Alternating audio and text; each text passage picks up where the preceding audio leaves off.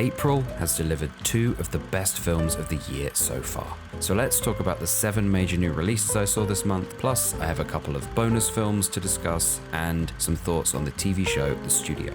So, let's start things off with a Minecraft movie. I'm not sure I can contribute much to the wall of noise that already exists around this film, but I am writing this review a week or 2 removed from the screening, and watching the impact this film has had since is pretty wild. I do have mixed feelings about all this, but let's start with the positives.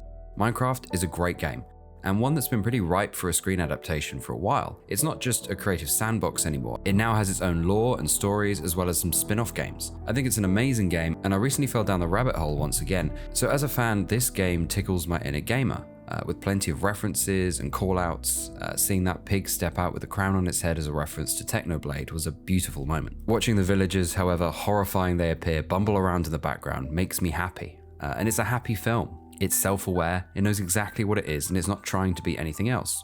And that's okay, and that's what this film does best. It's a happy mixing bowl of things you like and things you know.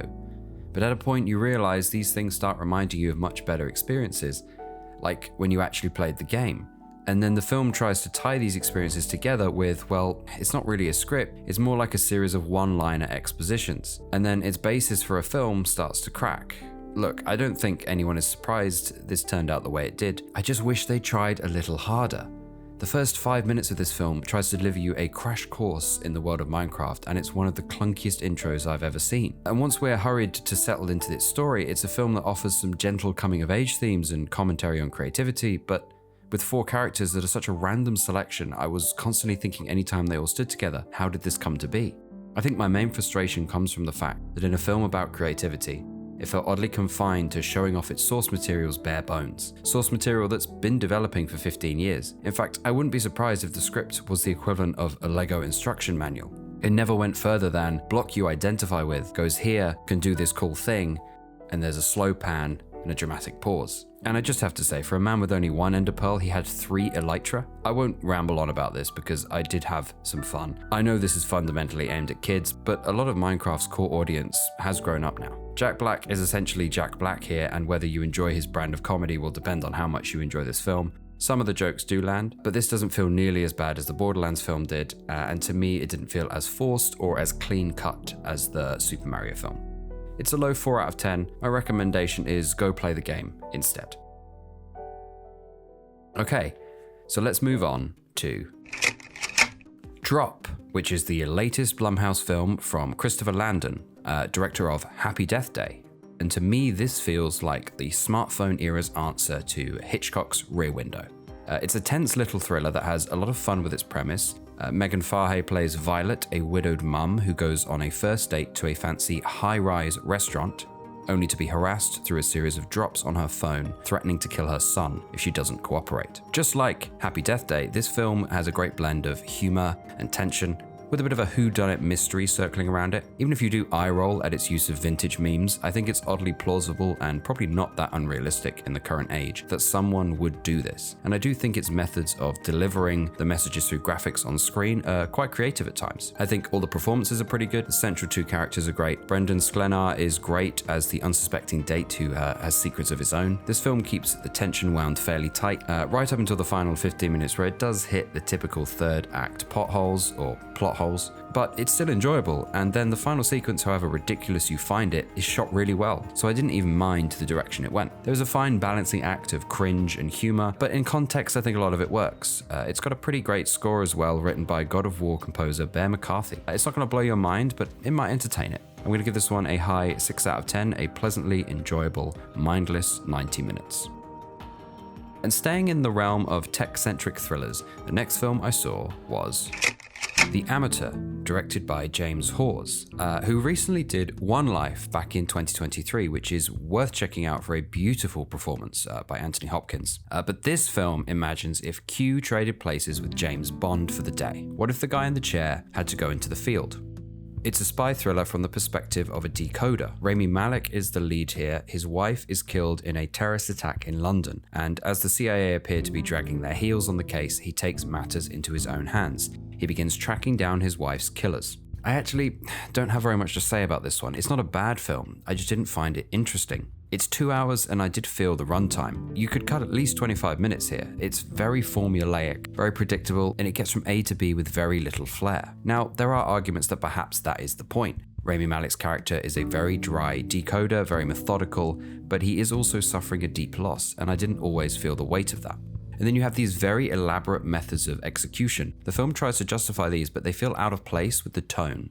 It tries to stay grounded, but ends up floating off far too regularly. There are still a few tense scenes, and the creativity of the kills is not something I was expecting. There is a great supporting cast here, but what could have been an interesting genre flip ended up being a bit of a watch checker. I'm going with a low 5 out of 10 on this one. Next up, I saw Warfare.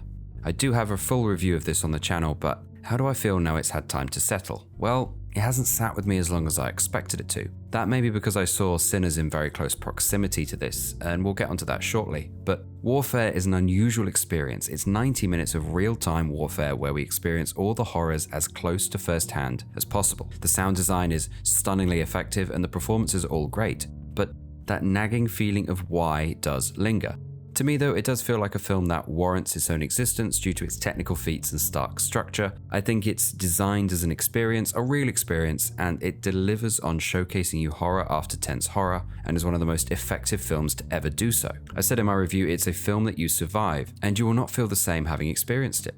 And that is what a good film should do. I think ultimately in a quest for meaning, this film is unsatisfying, which is where I perhaps struggle with it. There's no denying its impact though. Just like when the IED goes off, it shakes you up and leaves you scrambling for a way out. A slight adjust to a high 8 out of 10, now this is settled, but I'd be very surprised if its sound design is top this year. In my eyes, this is an essential watch. Okay, so what about Sinners? This month's big hit came from Ryan Coogler. Believe the hype. This film is being rightly celebrated as a victory for original cinema, and the precedent it has set for directors' rights to own a film could signal a monumental shift in the industry. It's had an impressive theatrical run. I did a standalone review for this one as well, but it hasn't left my mind since I saw it. It's a cinema-going experience that is breathtaking in IMAX. It's a film that champions the format, and it's a glorious reminder of what the medium is capable of. There is just so much fun to be had here. The performances, the amazing score, that incredible one-er. It uses supernatural lore as a way of exploring exploitation in black culture. It's a worthwhile experience for any film fan, and indeed it is the best film of the year so far. It's a high 9 out of 10, and a definitive definition as to why film is best experienced in the cinema. And up next, I saw The Accountant 2, which is a very unexpected sequel. This came out of nowhere and ended up being a surprisingly good time. Another one ended up doing a standalone review for, mainly because I was just so surprised at how much fun it was. There's great chemistry here between Ben Affleck and Jon Bernthal, some really funny dialogue, some great payoff gags. It is perhaps the most I've laughed in the cinema this year. I think it's flown under the radar for a lot of people, but I definitely think it's worth checking out. As an action film, it doesn't break new ground. As a buddy comedy, it doesn't really either, but it's really solid, and it's a thoroughly entertaining watch. I don't think you can go wrong with this one. It's an easy 7 out of 10. All the films I have done a standalone review for will be linked down below if you do want to check them out. And next up is Until Dawn. Directed by David F. Sandberg, director of Shazam, and that pretty good 3-minute short film Lights Out, terrifying 3-minute watch if you've got the time, that later ended up being developed into a feature. Until Dawn is the latest video game adaptation to hit the big screen. I did play Until Dawn about 6 years ago. I don't remember it too well, but this film, from my understanding, doesn't seem to be a direct adaptation. It's taking elements of the story and creating something new. There's something here for you if you played the game, but otherwise I would consider this a largely original premise. Well, original in the game's universe, because what we have here is a marriage of Groundhog Day and The Cabin in the Woods, a time loop monster mash where each night these characters face a new horror with one goal: survive until dawn. And the film's strength is throwing monster after monster at us. It's fun, it's simple, and at times very effective. The first half of this film is just simple horror pleasures. Plenty of jump scares and wild deaths. The cast are all fine. I think everyone puts in a decent shift, but there was this nagging feeling that I could tell everything was happening on a set. The sets felt like sets, especially all the outdoor scenes. It really took me out of the action at times. The lighting was off, and whether it's a deliberate stylistic choice or not, I found it a bit distracting. And in regards to its story, it's a predictable mess.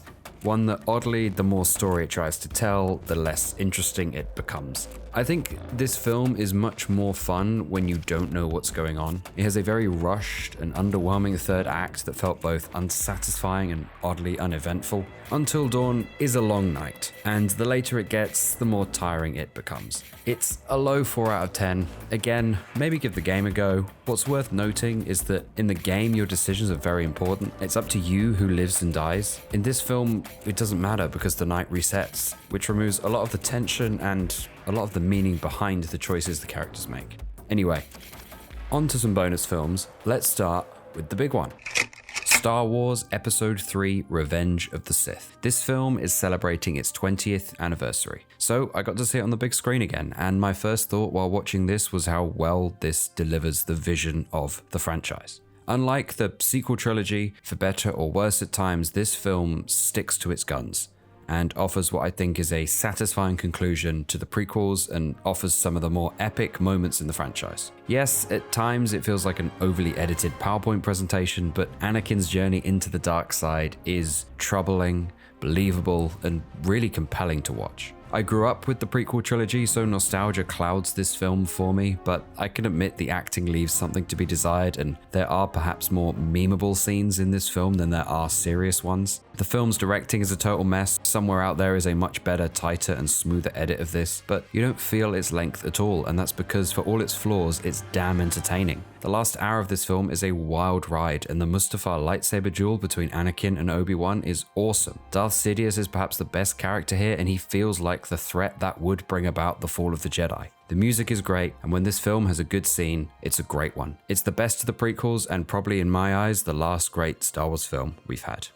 And the other bonus film I wanted to throw in is Grand Theft Hamlet. I was not expecting the GTA 6 trailer to drop this week, but if you need an additional GTA fix and happen to be a fan of Shakespeare, this might be for you. This is a documentary-style film set in the video game world of Grand Theft Auto 5, and it tells the story of Sam and Mark, who are actors struggling for work during the pandemic. So they stage a version of Hamlet inside GTA 5. It came out at the beginning of this year, but this absurd premise is ingenious. Taking what you would consider a YouTube video and turning it into a feature film, machinima style, and it works. Listening to Shakespeare's verse performed through muffled headset mics with the sound of sirens echoing in the background is hilarious. But this film also includes the day-to-day struggles of its narrators. Real life creeps into this, and the meaning of the verse changes. This balances the real with the performance in a much more nuanced way than I was expecting. In one moment you have comedy of attempting to even find people in GTA Online who will participate in this, and then audition in perhaps the most dangerous circumstances to be or not to be has ever been said, with bazookas and helicopters circling.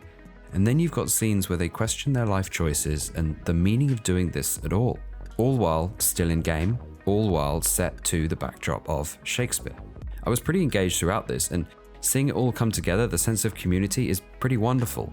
It's only a matter of time, I think, before more elaborate forms of storytelling through games reach the mainstream. I mean, the Minecraft series Parkour Civilization, whatever you think of it, has been a huge success here on YouTube. I got a lot out of this film, and it's worth watching just to see that in-game notification pop up, Hamlet killed Claudius, and then watch Hamlet emote afterwards. And this is also now the second film I've seen this year where a Twitch chat has appeared on screen. I think a lot of people will dismiss this film purely based on its premise, but I promise you, this is worth your time. I'm giving this one a high 7 out of 10. Definitely give it a go. And that's it for the films. So now let's have a look at the small screen. And there's one particular show I wanted to talk about this month, and it's been off to a pretty fantastic start. And that's The Studio. So, The Studio follows Seth Rogen as Matt Reming, the new head of Continental Studios, a struggling film production company. It's a satire that feels like a natural evolution of the UK show Extras by Ricky Gervais. It features the chaos of shows like The Bear, It's shot really well, and that's the first thing you'll notice, apparently all on a single 21mm lens. The show features many long takes, amped up tension, cringe-inducing sequences, and lots of laughs. Much like its protagonist, it's a show that has a deep admiration for film, but spends a lot of its time wallowing in the struggles of money and image. Having an episode that is itself a one-er about filming a one-er that is constantly interrupted is so funny. There is so many references here, so many cameos, but it never feels unintentionally cheap. There is a very loose through line, each episode is a soft reset. I would have perhaps liked a more continuous plot to latch onto, but I do like that each episode focuses on a different part of production. Episode 1 is all about pre-production, episode 2 is on set, episode 3 is about a test screening. Episode 4, which is one of my favorites, is about a film that is a rip-off of Chinatown, in which Seth Rogen's character investigates in the style of that film with the set as the backdrop. It's meta as hell and I love it. I won't spoil the rest of the surprises this show has to offer, but honestly, as a fan of film, I think this makes a pretty great viewing, and I think one of the best things Seth Rogen has done in a long time. The cast are also really great here. Kathryn Hahn is a standout as the marketing head. We will see how this all wraps up, but it's shaping up really well so far. I definitely recommend this one. At the time of writing, we are on episode 7, so we've got 3 left, and I've been really enjoying this week to week. And that's all I've got for April. I wasn't able to see as much this month, but I'm glad I got to experience both Warfare and Sinners on the big screen, and those are my 2 big recommendations. But I also strongly recommend you check out The Studio, which is currently streaming on Apple TV. And that's all from me, so I want to thank you very much for watching.